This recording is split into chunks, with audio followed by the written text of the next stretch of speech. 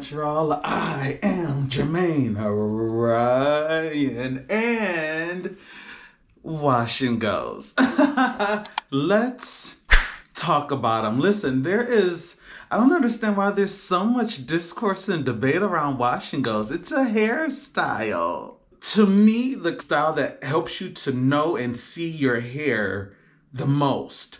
That's what I think. So the fact that so many people are like, oh no, wash and goes are this, that, and the other in this negative light or negative view. It's like, so do you not like your hair? I hate it here. This video was inspired by, and made me really think about it, it was inspired by actually two people. Hey, loves. I had to dig a little deep for that one. From the diaphragm. From LaToya, Ebony. And remember that any videos that pop up above will always be linked down below in the description box and sometimes in the end cards for you to check out. So she did a video on wash and goes and that the standards were toxic, which found interesting. And I'm like, but I have always done wash and goes. Why are they toxic? And the second person that you know kind of inspired me to kind of touch on it a little bit is Narada, African Hair God. Some of his videos recently, you know, the topic of wash and go has been touched on lightly, and the comment of, you know, it's basically you texturizing your hair, trying to get away from your curl pattern. And I was like, oh, let's get into wash and goes. And like I said, just a different POV on wash and goes. So one of the points that LaToya Ebony brought up in her video, can type for hair people do them. And of course we know that we can do it. There are so many of us that do wash and goes on a regular basis. There are whole stylists that are dedicated to doing wash and goes. You know, the curly cut people, like that's their thing, is the wash and go. So it's a thing, like it's a known fact. You can do it regardless of what your hair type is. Of course, it's gonna look different based on your curl pattern, but we can all do it. Got it? Good.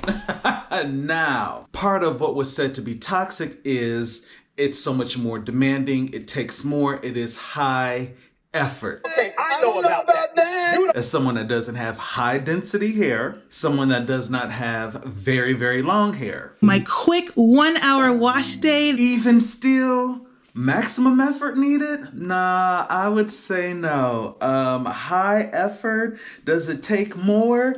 No, I would say no. Standard things we all should be doing, right? Double cleanse your hair, condition it, right? Those are standard things. You don't count that. Everyone should be double washing their hair. Everyone should be conditioning it. Conditioning could be deep or rinse out. So we're eliminating those out of the way. So we've done the standard stuff. Sometimes you have to do things that make it easier for you, but that's everything in life. Work smarter, not harder, but more effort. For instance, of course, I'll use myself as a example, because what other better example is there? Experience, right? Personally, what I do is that once I have it conditioned, I pre-section it into how I want to style it. That makes it so much easier for me. If I know I want a side part, boom. Once I've applied my leave-in, I'm a person that does leave-ins. Once I have put my leave-in in, I'm separating it. Side part, however I want it to lay. Is that more effort? No, because with any style, you have to set it up how you want it to be. Now, another point that was made is that, okay, so our hair is the driest. It's the most fragile hair. It snaps like a dry twig on the hottest day of summer. You have to do it all the time or regularly. That depends on your hair. Naturally, most people with a tighter curl have dry hair. Sure, there are exceptions, but overall, have dry hair. Reason being is because our hair is curly, so the sebum has a harder time making its way down because all them bends and all them pop locks and droppets that be happening, they can't always get to the end. But with the wash and go, if you are washing it, making sure that your hair is free of everything so that it can absorb all the moisture that's going to happen along the way, conditioning your hair to help it retain moisture, to smooth it out, and doing the thing that conditioners do, leaving it conditioned. If you use leave-ins, that's just more on top of that. If you have set your hair up right, then you should be able to retain the moisture. I mean. Maybe an oil isn't good enough. Maybe you need good old grease to help you maintain the moisture in your hair for a week. So that way you don't have to wash your hair or co-wash it every 3 to 4 days. Maybe that might be the answer for you. You might need to do something different. Some folks don't even have to use oil to retain moisture in their hair. Sometimes it's just what you're doing and maybe not using the right things to help you retain the moisture for a 7 to 10 day, depending on how good you do it, 14-day, 2-week wash and go, because I've gotten a couple of those before. Okay, so with hairstyles, with wash and goes, with twist outs, with any and everything that you're doing when it comes to your hair, the expectations, what is it going to look out? My piece of advice, well, let me do this. Let me do it backward from how I was getting ready to do it. So I first got on YouTube. I was growing out my hair, and I'm like, okay, cool. Let me get points, tips. Let me see what I need to do. One of the first people that I found and followed and liked was Bianca Renee. Hair is absolutely nothing like mine. I just, I liked her ingredient conscious approach. I like it. But some of how she did her hair, I'm like, that might work for me to some extent, not fully, but it might work. So, you collect your people along the way and different tips help. The one person that has hair similar to mine that I know of is Ebony with a V. Beep. Ebony, similar to me, has 4 different textures on her hair. We have the same 4 different textures. Be that as it may. Her textures are in different places than mine, and her density is like crazy. Crazy. I ain't got that type of density. So finding people whose hair looks similar to yours is great.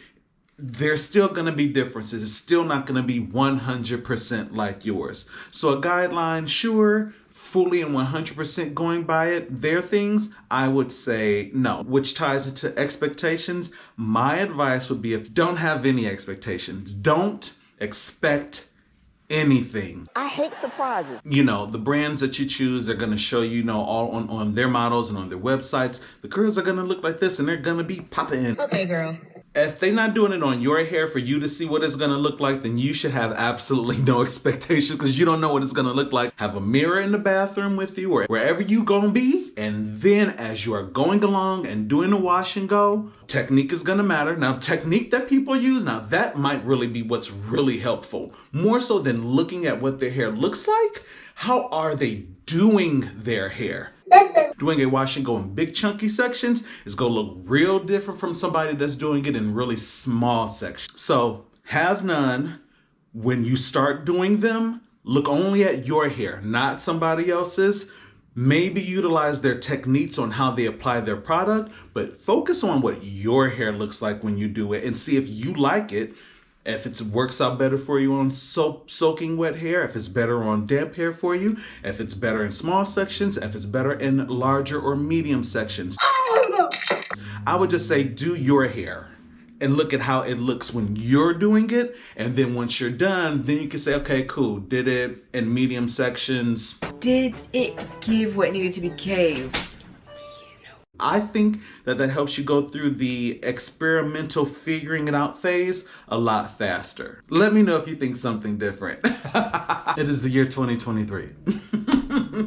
We have all the options when it comes to hair care. Is it an expensive thing? It's not expensive to do your hair in 2023. It really, really isn't. We have all the range. We've got cheap, and we got expensive. Black hair care for natural hair is on par with the brands that have been around forever that are not for our hair. Like, we Literally. And you can find it everywhere. You can find it in small pops in your area. You can go to your local Target, or you can go online and order it. Stuff is on Amazon now. Like, there's absolutely no way that you could say black hair care is expensive. Shampoo, conditioner or deep conditioner, a leave-in if you're using it, and whatever product you're using. Like, you can easily get away with 4 products to do a wash and go. Now, if you want to seal it, you know, if you want to use something to coat on top of it, sure, a grease or oil. Like, come on! You don't have to have 10 products. And you don't have to have every single thing that comes out. Like, if you're not a product, it's expensive when you're a product junkie, because that's you literally collecting products. But that's a choice. You don't have to have. For professionals, I don't know.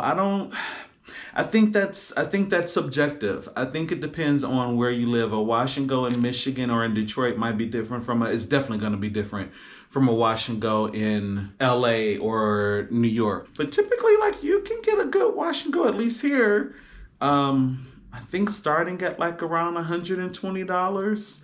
And typically the folks that master it, and this is what they do in their business, you normally can get 2 weeks out of it. Like, is that a lot of money? I don't know. I don't know. I don't know what you do for a living. I don't know how much money you make. But if I could get 2 weeks, 3 weeks in some instances, because the last wash and go I had, I could have got for 3 weeks. Beep. For me here, I would not say that it's expensive at all. This part here is the part that's a little controversial. LaToya Ebony mentioned it in her video, and like I said, Narada has mentioned this a couple of times in some of his videos recently, that doing a wash and go, a highly defined wash and go, is basically you texturizing your hair and you getting away from your natural curl pattern.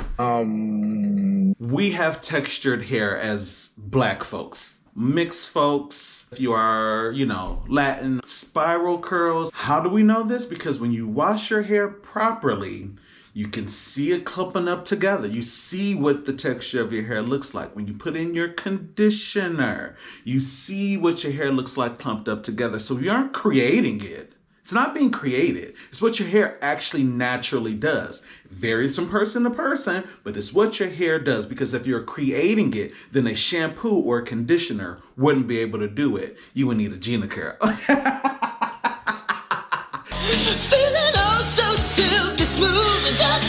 Styling product take all of those little individual curls that you have in your hair, or spirals or non-spirals, if you don't really have textured really to your area. It takes whatever is similar, and your hair responds to the conditioning aspect of it, the smoothing, the gathering of the light pieces of hair, and it puts them together. So all of the S's are going to be like, well, the conditioner, I want to be here with you because we're alike. No, I know her. I went to school with her. And it takes all of the individualness that's all over the place and organizes it in your hair. You don't create it. They're already there. They're just all separate. So the conditioning things, the styling products, your gels, it groups the things that are alike together. Therefore, you get clumps of your curls, clumps of S's. They weren't created, they were already there. You just couldn't see them because they were all doing everything all over the place. These are not gang symbols, by the way. These are not gang symbols. They might be, they might be hand signals, Naruto, Fireball Jutsu. And you can see that they do that when you wash your hair. When you just wash out, when the hair is clean, you see all the little waves. Texturizing, getting away from, no. Texturizing is a process that you have to do typically that involves chemical changing your hair from one thing to another. That's not what you do at a wash and go. You're just organizing. You're organizing your curls. That's what we should call. Should we call it an organization? Wait. What would it be called? A curl organization. Curl organization and set. Organized curls. Now, to that same point, it's the range, you have that range of what a wash and go is at the same time. So You know, there was a challenge that was going around, I think, a year or two ago where people were like, well, let's see what your hair looks like naturally with little to no product in it. And I joined in on it too. I mean, sometimes I wear my hair like that anyway. You know, shampoo, condition, a good leave-in conditioner, and something to coat it. So like an oil or a grease. Beep. And even with that, without me clumping them together with a gel or cream-like product, there were parts of my hair that were still clumped together and that naturally defined in a clump. You know, I just didn't go through from root to end to clump them together to define them that way. Like, that's why afros look so fluffy and full, because you're fluffing out all of the curls and making them individually stand as they are to give you a nice round afro if that's what you're going for. You're separating them when you pick them out. Yep. So no, not texturizing. No. Getting away from your natural hair. That is not what this is. Annie? No. You're just organizing the curls. A successful wash and go. A successful wash and go is whatever you set it out to be, and if it looks that way in the end. So if your goal is to have a highly defined wash and go, then you do the things that make it a highly defined wash and go. The goal is to have a stretched out beep, wash and go. So still having your definition with length, then you do the things that make it that. So there is no one way to have a successful wash and go. Now, I know that some people think that defined is the standard, but it actually isn't, just because the style itself has a range, and it all depends on how you want to wear the hair. Period. That is what makes it successful, is that it came out the way you intended it to, because you did it the way you wanted it to come out. Did that make sense? I hope that made sense. Now check that.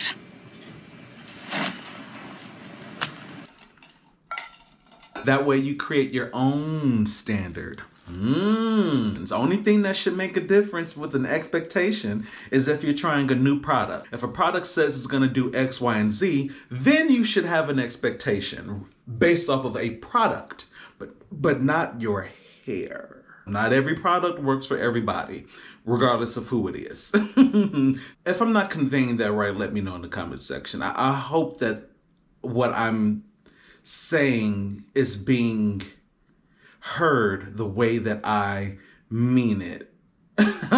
Based off of LaToya Ebony's video and the viewpoints of Narada, one thing I will say is that the way LaToya ended her video with her 5 tips, spot on. The ending had a much brighter, positive look to me. I don't know, maybe it's just me and a cup half full.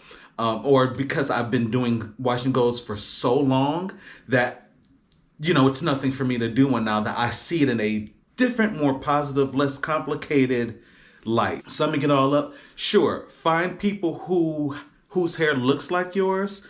Focus mainly though on their techniques and what they're doing and how their hair turns out. And I think that'll help you with mastering your wash and go, and then tweaking what needs to work for you, your hair type, and your hair density and length. The second thing, finding products that work. That kind of ties into the first one. You know, if someone has, you know, tighter curls like yours and they're finding products that are better with moisturizing or clumping the curls, then that might be what's best for you, to find find people that are using products with hair similar to yours to see how it might come out. If all else fails, get your products from some place where you can return them.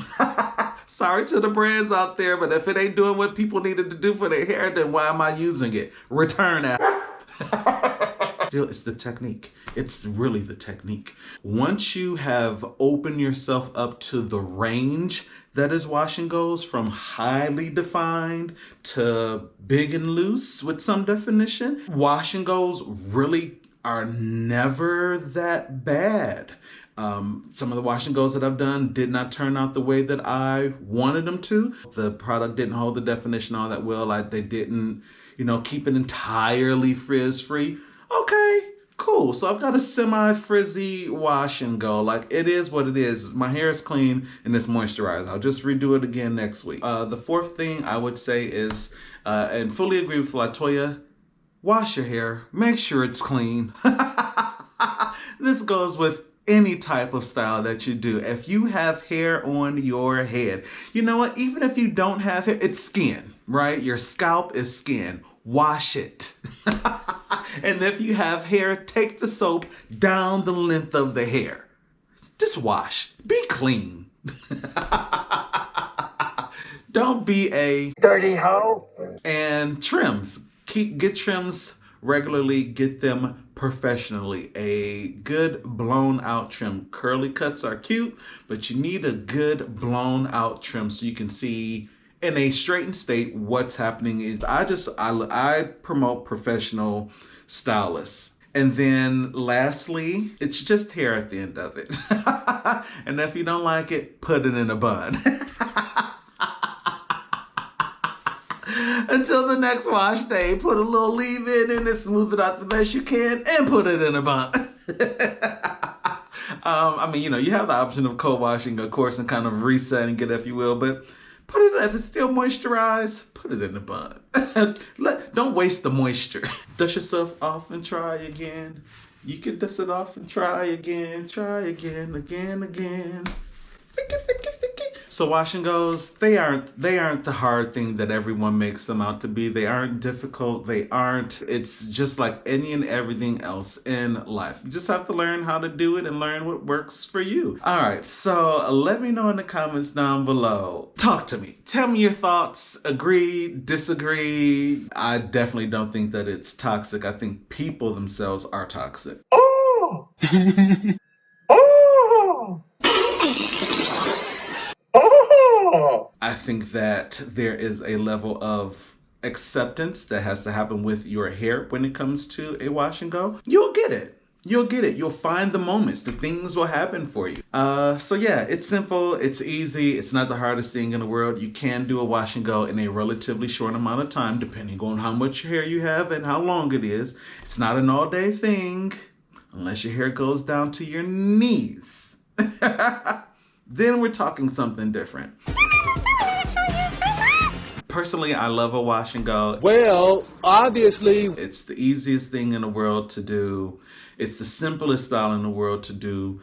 At one point in time when I was air drying, I was legit washing and going. Especially during the summer, my hair would be dripping wet some mornings when I left out of the house because it would dry. I would air dry. I don't do that anymore. I like setting it into position. It's less frizz when you set it with a dryer or a diffuser. Needless to say, you can wash and go. You really can, especially if you're in a climate that's hot. AC, please. You can do it. So let me know. Give me feedback. Tell me what your thoughts are down in the comments below. Shout out to LaToya Ebony. I realized it, so midway through this video, I was like, let me look at her 5 tips again. I forgot the last one again. And I was like, we're both wearing jean tops. This was just the easiest thing for me to grab in my closet that wasn't a hoodie. But was long sleeve because it's cold in Detroit. And I'm like, we both wearing jean tops. Or she has a great channel for hair topics. Absolutely love. Shout out to Narada as well. Just a really, really great source of information that he is always willingly and voluntarily giving away for free as a professional that don't require a handbook for you to buy. I just wanted to take a different point of view on wash and goes and give it room and air for what it really is from my perspective. And the ease that it really is. All right, so make sure that you like this video, press the red subscribe button. I've got a whole lot of more stuff happening. I need to really get into mousses. Feel free to share this out. Someone else may see or agree with my perspective on wash and goes. Punch the notification bell so that you can stay when I post my videos. And again, thank you for tuning in to JermaineAuNatural. I'll see you in the next one.